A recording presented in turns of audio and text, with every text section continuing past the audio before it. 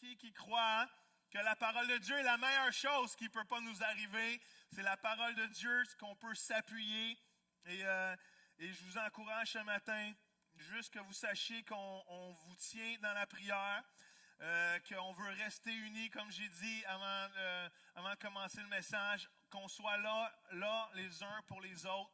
On veut faire tout ce qu'on peut en tant qu'équipe de leadership et en tant qu'Église pour prendre soin les uns des autres. On veut vous encourager aussi d'appeler des gens, de faire des dîners ou des soupers live avec d'autres gens, peu importe, trouver une façon de connecter. Pour certains, c'est la quarantaine, c'est plus difficile, d'autres c'est moins difficile, tout dépendant des fois de nos personnalités. Mais l'important, c'est qu'on prenne soin chacun des autres. Il y en a qui ont peut-être perdu leur emploi, il y en a qui, comme j'ai dit tantôt, qui travaillent plus fort, mais Dieu est là et Dieu est avec nous. Et je veux juste commencer dans la prière en disant, Seigneur, on te remercie, Seigneur, pour qui tu es. On te remercie parce que tu es présent, tu es là, tu es vivant, tu es avec nous, Seigneur. Tu es notre forteresse, Seigneur. Tu dis que ta faveur est comme un bouclier qui nous entoure. Et Seigneur, peu importe nos situations, peu importe ce qui se passe autour de nous, Seigneur, je sais que tu es là, Seigneur. Tu es avec nous, Seigneur. Alors, on reçoit, Seigneur, ta présence qui nous entoure dans le nom de Jésus. Et tout le monde dit, vous pouvez le crier à haute voix, Amen. All right. La semaine passée, alors que je cherchais à voir qu'est-ce que le Seigneur voulait dire à son Église, non seulement à Oasis, mais au peuple de Dieu en général, j'ai commencé un message qui s'appelait « La réponse de Dieu », plutôt la réponse du peuple de Dieu en face du coronavirus. Et j'avais à cœur cette semaine de continuer la thématique. Je crois qu'il y a d'autres choses qu'on doit avoir comme réaction, comme comportement en tant qu'enfant de Dieu, en lien avec ce qui se passe autour de nous. Et je veux vous encourager de différentes façons ce matin et qu'on puisse être un peuple qui répond selon les Écritures, être un peuple qui répond à ce qu'on fait face selon la parole de Dieu. Et juste pour vous mettre dans le bain, la semaine passée, j'ai parlé de 4 positions, 4 réponses que le peuple de Dieu doit donner en ce moment face à cette crise. La première, c'est « Je n'aurai pas peur ». Ésaïe 41:10 va dire « N'aie pas peur maintenant, car je suis avec toi ». Dites amen à ça. Ne lance pas des regards inquiets, car ton Dieu, c'est moi. Je viens te rendre courage. J'arrive à ton secours, je te protège, ma main droite tient sa promesse. Amen. On a chanté ce matin, oui et amen. Ces promesses sont oui et amen. Même dans 2 Timothée 1:7, on voit que Dieu ne nous a pas donné un esprit de peur, mais Dieu nous a donné un esprit de courage, de sagesse, d'amour, un esprit même d'enthousiasme dans la version parole vivante, de jugement saint, de parfaite maîtrise. Ici, en ce moment, la peur peut être contagieuse. Laissez-moi vous dire que l'espoir aussi est contagieux et que le peuple de Dieu, plutôt que le monde, a besoin de voir une Église courageuse en ce moment et qui va apporter le message de Jésus-Christ de toutes les façons possibles dans la situation où nous sommes. Deuxième chose, j'ai dit que je vais prendre ma dose de paix. Anna en a parlé dans l'ouverture. Jean 14:27 va dire, c'est Jésus qui dit, je vous laisse la paix, c'est ma paix que je vous donne. Et ce cadeau n'a rien de commun avec ce que le monde peut donner. Qui peut dire amen à ça? Partout où vous êtes ce matin, comment? Jésus dit, je vous laisse ma paix. C'est un cadeau. Qui est content de recevoir un cadeau? Tout le monde est content de pouvoir déballer un cadeau. Et le cadeau que Jésus donne aujourd'hui, c'est je te laisse ma paix. Tu peux la déballer. Cette paix-là n'a rien à voir avec ce que le monde peut offrir. Cette paix-là n'a rien à voir avec ce que le monde alentour peut nous donner. Cette paix-là est supérieure. C'est une paix qui vient tout droit des cieux. Et comme on a appris, que la paix, le shalom de Dieu, c'est la puissance qui détruit l'autorité rattachée au chaos. Et alors qu'il y a du chaos partout, alors que même si on regarde dans d'autres pays, des choses s'empirent de jour en jour, il y a des peurs, il y a des sentiments, il y a des inquiétudes rattachées à ce chaos-là, mais la paix de Dieu transcende ces choses-là et détruit l'autorité qui vient avec le chaos. Non seulement je n'aurai pas peur, je vais prendre ma dose de paix, je vais aussi avoir la sagesse. Non seulement l'Église de Dieu est appelée à repousser l'esprit de peur, il est aussi appelé à embrasser l'esprit de sagesse. Et je n'ai pas dit ça la semaine passée, mais voici l'illustration de Martin Luther que j'ai découvert cette semaine. Vous savez, Martin Luther est celui qui était l'instigateur de la réforme des années 1500. C'est lui qui a ramené de l'avant l'idée que le juste vivra par la foi. Et il a vécu au milieu de ce qu'on appelle la plaie bubonique, qui a tué des milliers et des milliers de gens dans son temps. Et voici ce que Martin Luther a écrit dans ses écrits par rapport à cette plaie-là, cette pandémie qui était là. Il dit, je vais demander à Dieu de nous protéger. Ensuite, je vais me fumiger, aider à purifier l'air, administrer la médecine et la prendre. Je vais éviter les lieux et les endroits où ma présence n'est pas nécessaire, afin de ne pas devenir contaminé et ainsi, par chance, ne pas infliger ou polluer d'autres à cause et causer la mort comme résultante de ma négligence. Wow! Il me semble que ça ressemble à ce qu'on vit aujourd'hui. Il dit, cependant, si mon voisin a besoin de moi, je n'éviterai ni lieu ou personne, mais j'irai librement comme cité plus haut. Je crois que cela est une foi remplie de crainte de Dieu, car elle n'est ni impétueuse, ni impulsive, ni téméraire, et elle ne tente pas Dieu. Comment? Je crois que c'est une parole de sagesse pour nous aujourd'hui, qui date peut-être de 500 ans déjà, mais dans la même situation, Martin a dit, je vais implorer la protection de Dieu. Je sais que Dieu me protège, mais en même temps, je veux user de sagesse parce que je veux prendre soin des autres. Dans ma vie personnelle, je la vis avec foi, mais ma vie envers les autres, je la vis dans l'amour. Et non seulement ça, non seulement je n'aurai pas peur, je vais prendre ma dose de paix, je vais avoir la sagesse, je vais prier. Psaume 56, 10 va dire, je t'invoquerai et mes ennemis battront en retraite, car je suis certain que Dieu est pour moi. Est-ce que vous êtes sûr que Dieu est pour vous ce matin? Est-ce que vous êtes sûr que Dieu est pour vous aujourd'hui? Alors, je vais prier. Ma vie va devenir une maison de prière dans les prochaines semaines et jusque dans l'éternité. Je vais prier pour les autorités, les malades, les gens anxieux, les finances, les cœurs, que Jésus puisse faire son chemin dans chaque cœur présentement. Et je vais prier que les choses tournent, de la situation tourne, qu'on ait cette pandémie passe plus vite que prévu à cause que le peuple de Dieu aura prié, aura pris cet étendard-là de dire, hey, nous on va prier et on va déclarer, comme Jésus a dit, silence, tais-toi à la tempête, qu'on puisse déclarer la paix à travers ces tempêtes et la présence de Dieu. Il y a 4 autres réponses rapidement que je veux vous parler ce matin. Et la première, c'est que je vais marcher par la foi. Amen. 2 Corinthiens 5, 7 dit ceci, « Nous marchons en effet par la foi et non par la vue. » Colossiens 3, 2 va dire que toute votre pensée et toute votre affection soient orientées vers les biens célestes. Ne vous attachez pas aux choses de cette terre. Il y a beaucoup de choses, il y a beaucoup d'annonces présentement. Il y a beaucoup de textes ou d'infos qui circulent partout sur les réseaux sociaux, à la télévision. Vrai, pas vrai, apeurante, réconfortante, peu importe. Mais la vie terrestre est en train d'être redéfinie présentement. Et je veux vous encourager, frères et sœurs, c'est que, nous ne sommes pas de ce monde. Come on. Même si nous sommes dans ce monde, nous ne sommes pas de ce monde. Ça dit que notre vie est ancrée dans les lieux célestes, que nos pensées, que notre affection est portée vers les lieux célestes. Oui, je suis dans ce monde. Dans ce monde, Jésus même va dire, vous allez avoir des troubles, il va y avoir de l'opposition, il va y avoir des pandémies. Il va y avoir des guerres, mais je ne suis pas de ce monde, je suis dans ce monde, mais ma vie est ancrée dans les lieux célestes avec Jésus. Alors, je ne vais pas me laisser désorienter. J'ai écrit ceci, je ne vais pas me laisser distraire par la vue de ce que je vois ou de ce que les réseaux sociaux disent pour perdre la connexion avec ce que les cieux disent de cette situation. Come on! Et Dieu dit quelque chose. Dieu voit de son trône. Il n'est pas surpris. Il n'est pas tombé en bas de son trône. Et dans la situation dans laquelle nous vivons, on doit naviguer à cause que je n'appartiens pas de ce monde.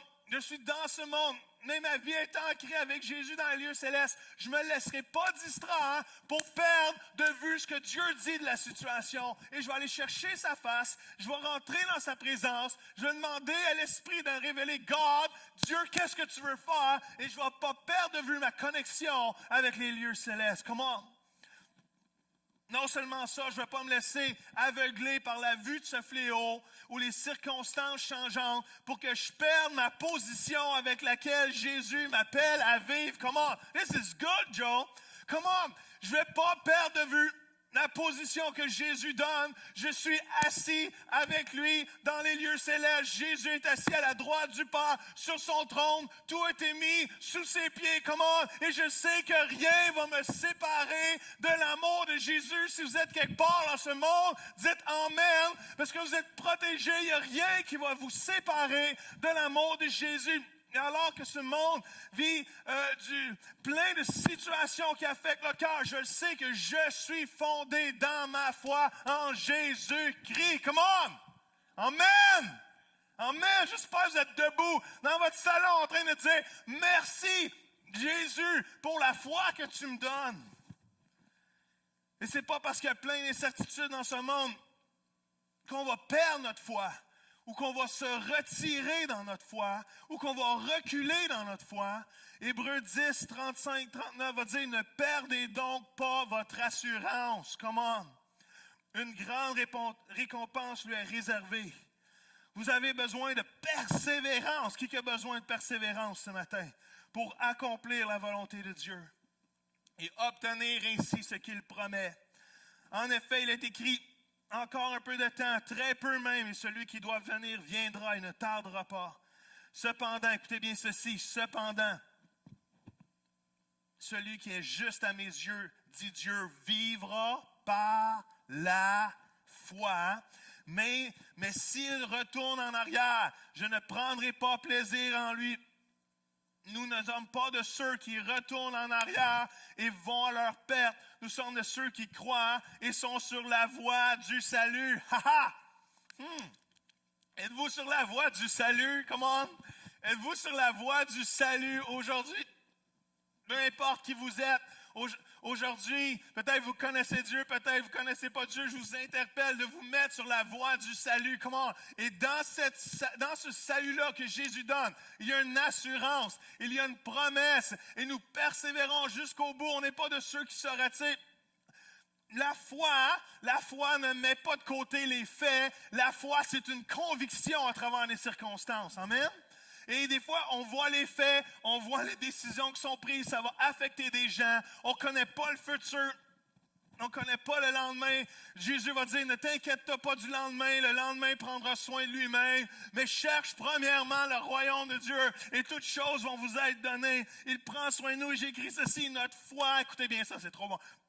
Notre foi n'est pas enracinée dans nos efforts ou nos capacités, mais elle est enracinée dans les habiletés de Dieu. Come on, that's so good. Ma foi n'est pas enracinée à mes capacités. Il y a même des choses que je ne contrôle pas présentement. Je suis une victime peut-être des situations, une victime des circonstances, mais ma foi n'est pas enracinée à ce que je peux faire. Ma foi est enracinée dans les habiletés de Dieu, dans la conviction qui me protège. Come on.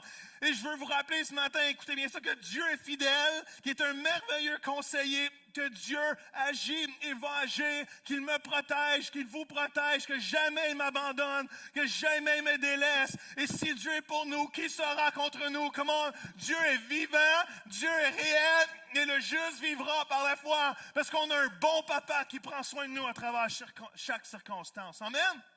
Le peuple de Dieu va marcher par la foi dans la saison dans laquelle nous vivons présentement. Comment j'espère que vous êtes là et vous recevez ce que Dieu dit ce matin.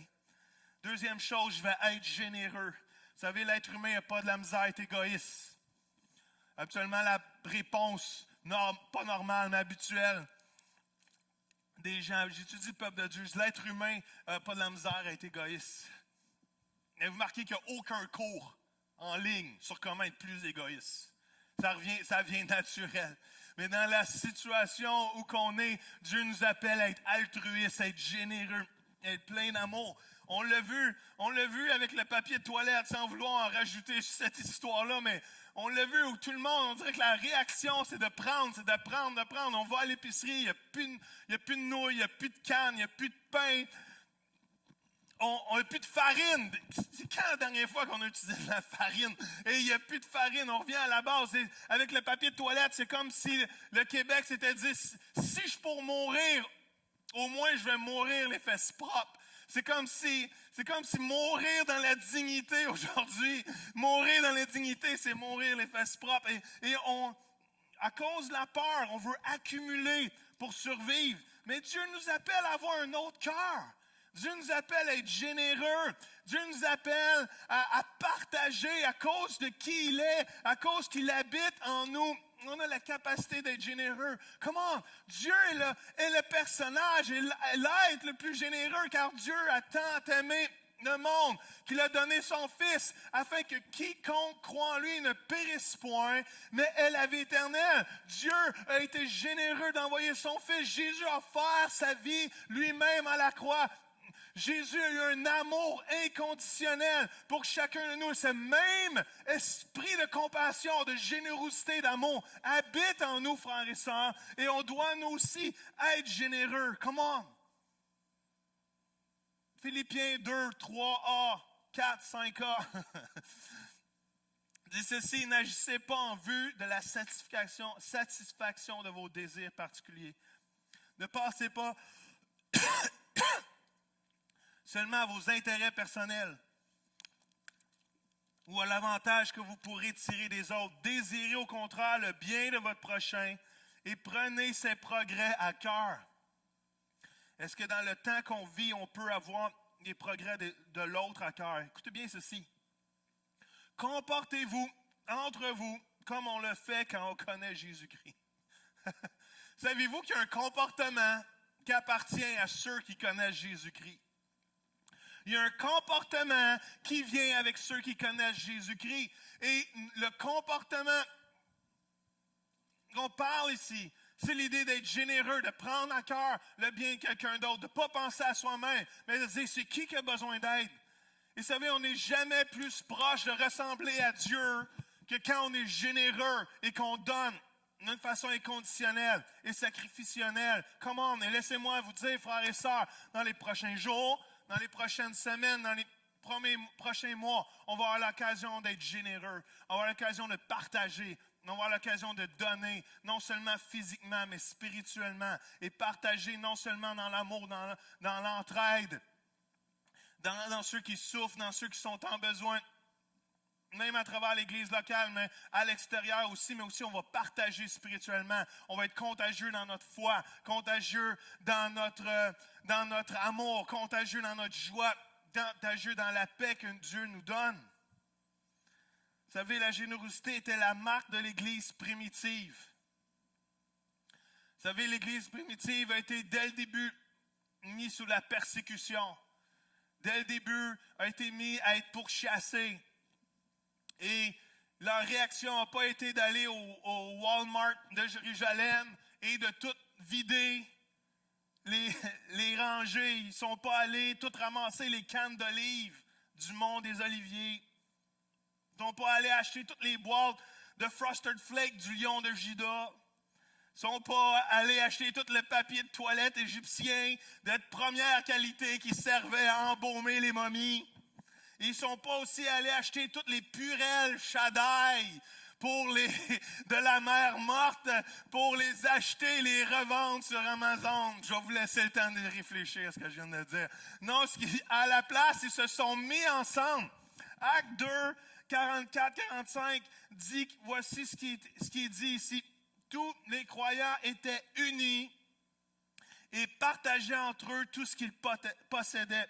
Ils vendaient leurs propriétés et leurs biens et répartissaient l'argent ainsi obtenu entre tous, en tenant compte des besoins de chacun. Wow! L'Église de Jésus-Christ, dans un temps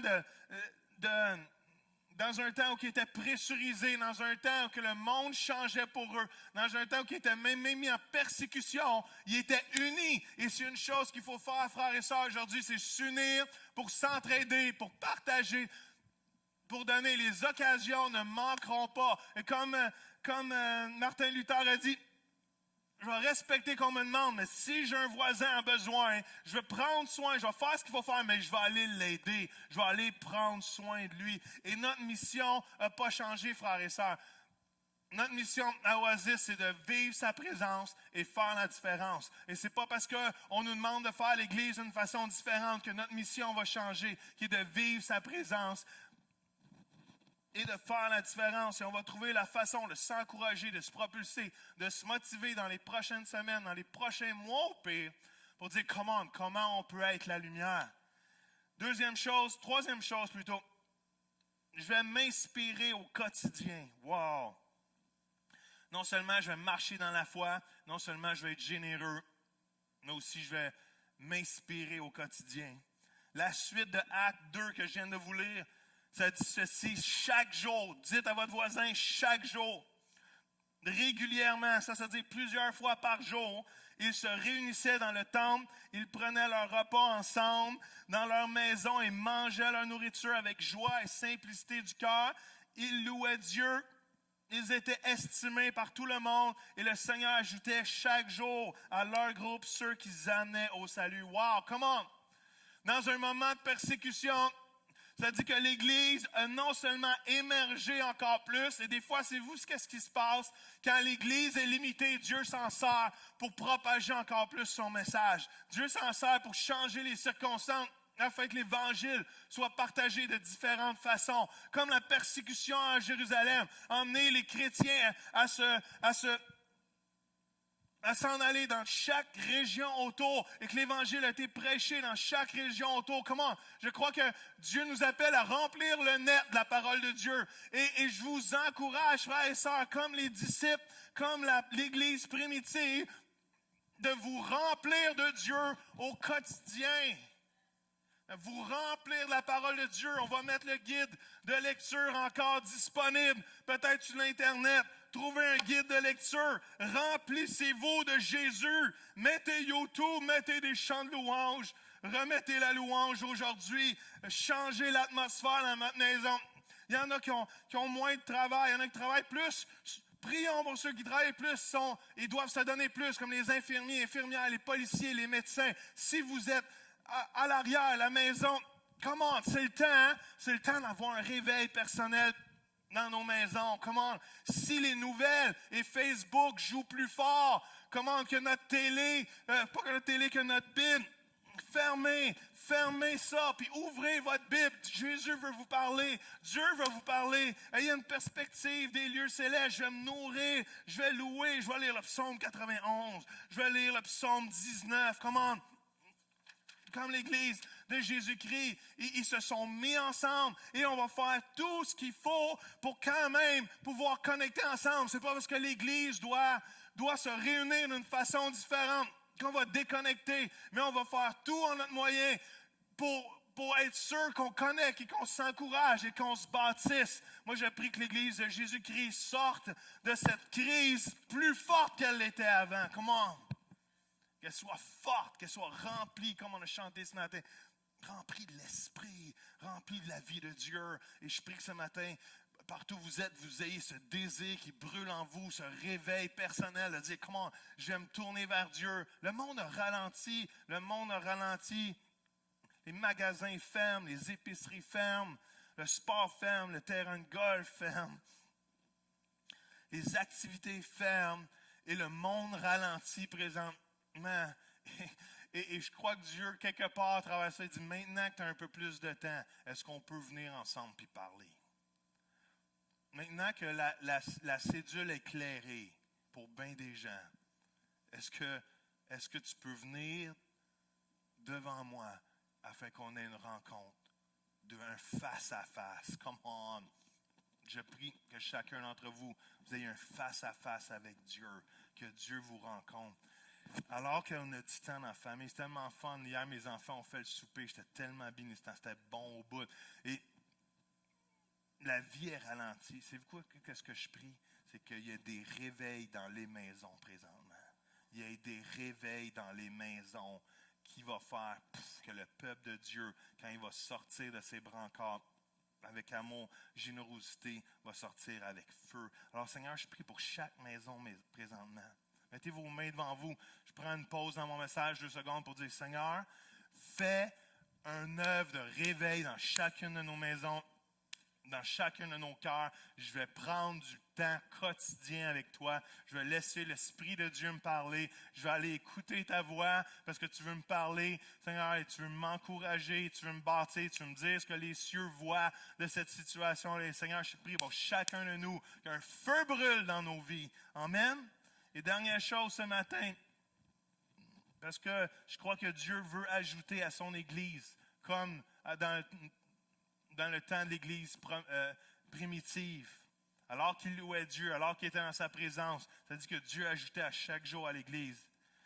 Je crois qu'on est appelé à briller, frères et sœurs. J'en ai parlé un petit peu la semaine passée, mais je veux développer ce point avec vous. Je crois que l'idée, c'est qu'on doit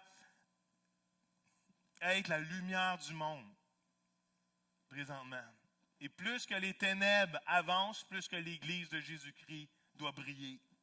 Matthieu 5, 15, 16, ceci, on n'allume pas une lampe pour la mettre sous un seau, au contraire, on la place sur un support, d'où elle éclaire tous ceux qui sont dans la maison. Verset 16 va dire, c'est ainsi que votre lumière doit briller devant les hommes, afin qu'ils voient le bien que vous faites et qu'ils louent votre Père qui est dans les cieux. On est appelé à briller, pas pour nous, pas pour notre avancement personnel, pas pour que tu m'as-tu vu, qu'est-ce que je fais. On est appelé à briller afin que les gens voient notre amour, voient le bien qu'on fait, voient notre générosité et louent qui? Loue le Père, adore le Père qui est dans les cieux. Comment nous sommes la lumière du monde, comment nous sommes la bonne nouvelle. Nous sommes des pushers d'espoir présentement. Comment? Pour ceux qui comprennent le terme en anglais. On est appelé d'être des dealers d'espoir dans un moment, et là on vit de la résilience présentement.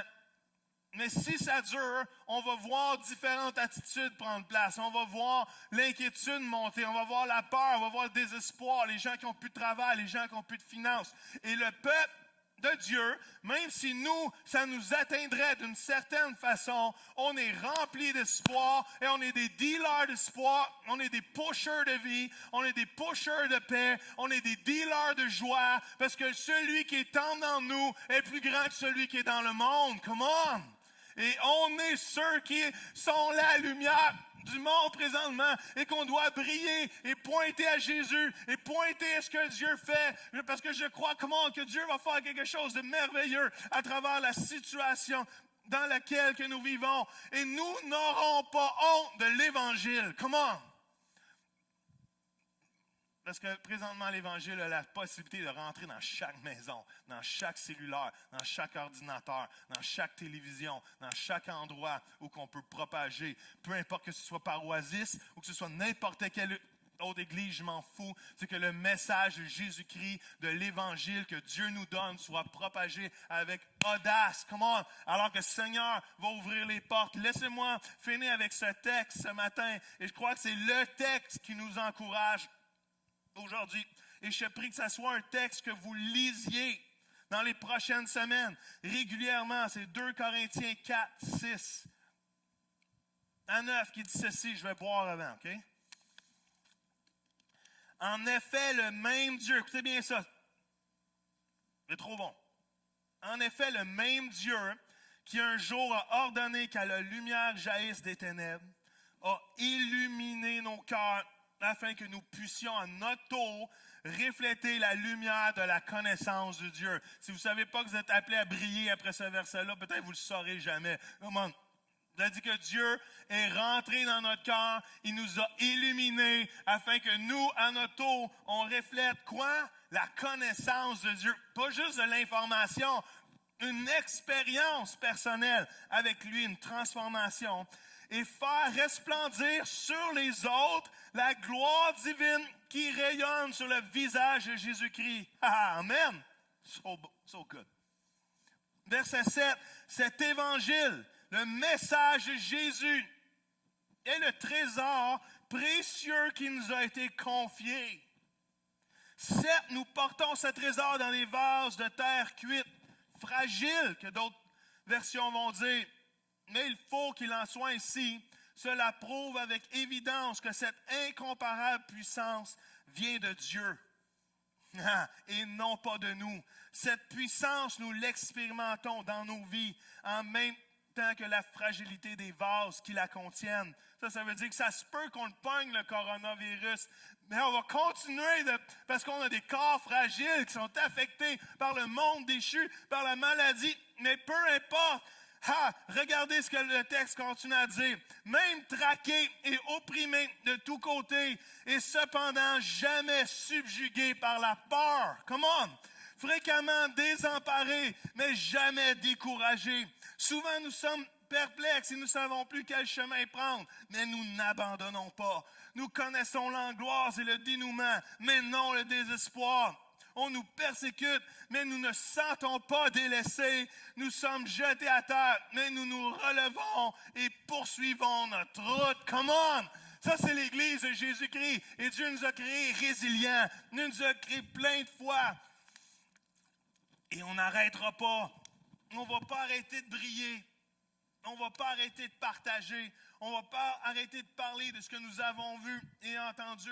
On ne va pas arrêter de louer. On ne va pas arrêter d'adorer. On ne va pas arrêter de donner. On ne va pas arrêter de partager parce que nous sommes la lumière du monde. Et on n'a pas honte de l'Évangile de Jésus-Christ. Come on. Savez-vous c'est quoi la solution au monde présentement? C'est Jésus.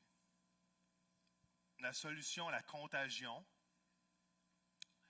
à la pandémie, c'est Jésus. Le nom de Jésus n'est pas moins puissant qu'il était dans les Écritures et dans la Bible. Le nom de Jésus n'a pas perdu sa puissance en 2000 ans. Le même nom qui sauve, le même nom sur lequel on peut tous être sauvés, a la capacité de vous sauver. Le même nom qui guérissait les malades dans le livre des Actes et dans les évangiles, au même nom est encore si puissant aujourd'hui. Et son nom, la Bible, ça dit que son nom est au-dessus de tout nom. Come on. Et ce matin, je veux vous interpeller à invoquer le nom de Jésus. En tant qu'enfant de Dieu, je vais marcher par la foi. Dans ce temps, dans ce moment, je vais continuer à être généreux. Je vais continuer à me nourrir d'une façon quotidienne aussi. Surtout, je vais briller. Mais je vous interpelle quelques instants. Si vous ne connaissez pas Dieu aujourd'hui, je vous encourage à laisser la lumière de Jésus rentrer dans votre vie. Vous savez, Jésus a été tellement généreux qu'il a offert sa vie à la croix afin que tous soient sauvés. Et ça dit que si on croit au nom de Jésus, nous allons être sauvés. Peu importe qui vous êtes, si vous ne connaissez pas Dieu aujourd'hui, le monde ne peut pas nous sauver. Et on va tout faire dans ce que nous connaissons pour trouver des solutions. Mais la seule chose qui sauve notre âme et qui nous donne la vie éternelle, c'est Jésus. Mort et ressuscité, mort à la croix et ressuscité, la preuve qu'il a vaincu la mort et qui nous donne aujourd'hui, en croyant son nom, nous donner la capacité de non seulement de vivre dans ce monde, mais de plus être de ce monde et vivre à partir des cieux. Et si vous voulez recevoir cette lumière, je vous demande juste de faire cette prière avec moi, juste la répéter. Et partout où vous êtes, de juste faire cette prière avec moi, de dire, Dieu, je te donne ma vie. Je te fais confiance avec ma vie. Je te demande pardon pour mes péchés. Je te demande pardon pour mes fautes. Je réalise que j'ai besoin de toi. Je réalise que j'ai besoin d'un sauveur. Et aujourd'hui, je te fais confiance. Je vis la foi, c'est la confiance. Je vis dans la confiance que tu es la vérité, tu es la lumière de ce monde et que tu changes ma vie et que tu me donnes la vie éternelle. Amen. On vous bénit aujourd'hui. Je ne sais pas si Mathieu, tu pourrais aller au piano quelques instants, peut-être Joseph aussi, juste doucement. Si vous avez fait cette prière avec nous, écrivez-le dans le commentaire, partout où vous écoutez sur YouTube ou sur Facebook. On veut savoir qui vous êtes. On veut savoir que vous êtes partie de la famille de Jésus-Christ aujourd'hui, vous avez pris cette décision. Mais je veux prier pour chaque personne qui est avec nous pendant qu'on joue tout doucement. Je ne sais pas si vous pourriez vous lever debout partout où vous êtes, si vous êtes capable. Si vous êtes dans votre véhicule, c'est plus dur, mais partout où vous êtes, Dieu veut agir, Dieu veut faire son œuvre, Dieu est bon. Je peux-tu vous encourager? Quand on regarde l'histoire, on s'aperçoit que dans plusieurs moments où le monde a vécu des crises, Dieu a fait une œuvre extraordinaire. On fait juste regarder à la Deuxième Guerre mondiale qui, pour plusieurs d'entre nous, c'est très loin. On vit un moment aujourd'hui de pandémie, mais ces choses-là ont été partout dans l'histoire, partout que ce soit au début du siècle, que ce soit dans des années passées. Et dans les pires événements, c'était la Deuxième Guerre mondiale où des millions de personnes, des millions de Juifs ont été tués, des millions de soldats ont été tués. Et dans cette occasion, le monde entier a été mis centré sur un événement. Mais tout de suite après la guerre, Dieu a fait une œuvre extraordinaire. Nous, en Amérique surtout, et même ailleurs, il y a eu un réveil. On appelait ça le réveil des tentes. Où il y a eu tellement d'évangélistes qui se sont levés et tellement d'hommes, de femmes de Dieu qui se sont levés. Et partout en Amérique, des tentes s'élevaient. Et il y avait des meetings, des rencontres sous les tentes. Le Saint-Esprit était déversé. Et il y a eu un mouvement de guérison. Il y a eu des hommes de Dieu, des Oral Roberts, des John G. Lake, plein d'hommes, de femmes de Dieu qui se sont élevés. Et des Catherine Kuhlman, des hommes et des femmes de Dieu. Et un mouvement de réveil a touché l'Amérique du Nord en particulier. Et je crois que nos yeux doivent être fixés non sur ce qui se passe présentement, mais ce que Dieu dit des cieux et de ce que Dieu fait. Et soyons prêts, frères et sœurs, à briller. Soyons prêts à la next phase. Je crois que cette quarantaine n'est pas un arrêt du réveil, mais plutôt une propulsion, alors que Dieu repositionne son Église pour briller encore plus fort. Alors que vous êtes debout, peut-être juste les mains devant vous, les yeux fermés, vous tenez les mains en famille, peut-être. Je veux juste prier pour vous déclarer un réveil pour vos maisons. Dans le nom de Jésus, Père. Dans le nom de Jésus, Père, tu nous réalignes avec ce qui est essentiel. Tu nous réalignes dans cette saison avec ce qui est nécessaire. Tu coupes le superflu afin qu'on puisse avoir une ligne directe avec toi. Dieu, tu veux nous parler présentement. Dieu, tu veux nous dire tes plans que tu as à travers cette situation. Parce que tu n'es pas tombé en bas de ton trône. Et Seigneur, on bénit chaque famille, chaque personne qui écoute. Tu les soutiens de ta main droite et les promesses qui sont dans tes mains droites, comme on a lu, Seigneur. Que ta paix surabonde, Seigneur. Je te prie pour un esprit d'entretien et d'unité et de générosité s'élève dans le corps de Christ présentement. Que des réveils, comme on a dit, puissent prendre dans chacune de nos vies. Qu'on puisse tomber à genoux devant la face de Dieu. On puisse tomber à genoux devant lui.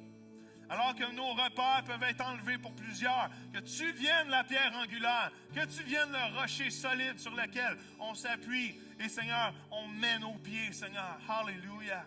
Et Père, je te prie que le peuple de Dieu, toute Église confondue, puisse briller comme jamais, Seigneur. Shine upon us. Brille sur nous, afin qu'on puisse refléter ta gloire. Que l'illumination de la connaissance de Dieu que tu nous as donnée, Seigneur, puisse être propagée dans l'amour, dans la paix, dans la joie, Seigneur. Qu'on puisse être, Seigneur, être contagieux de ce que tu as déposé en nous. Alléluia, Seigneur. Est-ce qu'on peut juste chanter un petit refrain? Ensuite, on va conclure, mais juste laisser la présence de Dieu vous toucher quelques instants. Alors que vous êtes dans cette attitude de prière, laissez juste Jésus vous toucher là où vous êtes. Alléluia. Yes, Jesus.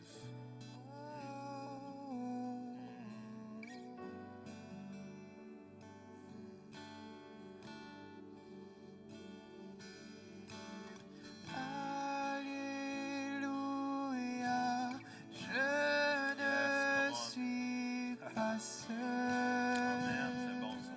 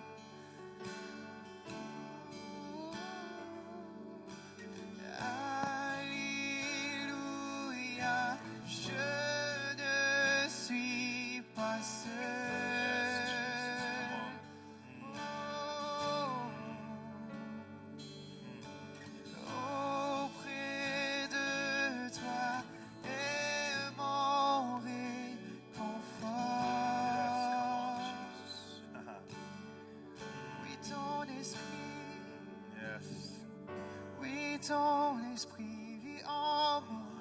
Je marcherai dans ta paix. Oui, ton esprit est en moi. Yes. Ma victoire, ma victoire. Oui, ton esprit vit en moi. Je marcherai dans ta paix.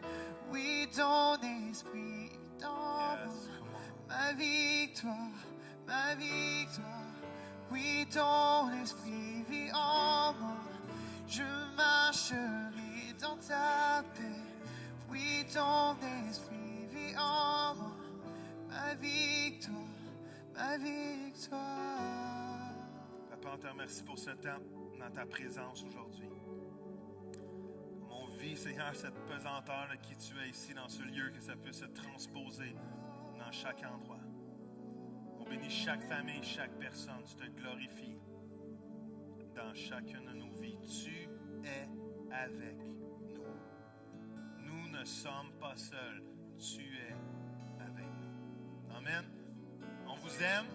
Merci de nous avoir suivis ce matin. Si vous êtes de l'extérieur, on vous bénit. La famille Oasis, Oasis unie, fort. On se tient ensemble. On s'appelle. On prend soin chacun des autres. On se bâtit. Dieu est à l'œuvre. Et on va s'en sortir encore plus fort. On vous aime. Prenez soin de vous. Et bonne semaine. On se revoit sur tous les endroits live où on peut se connecter. Bye bye.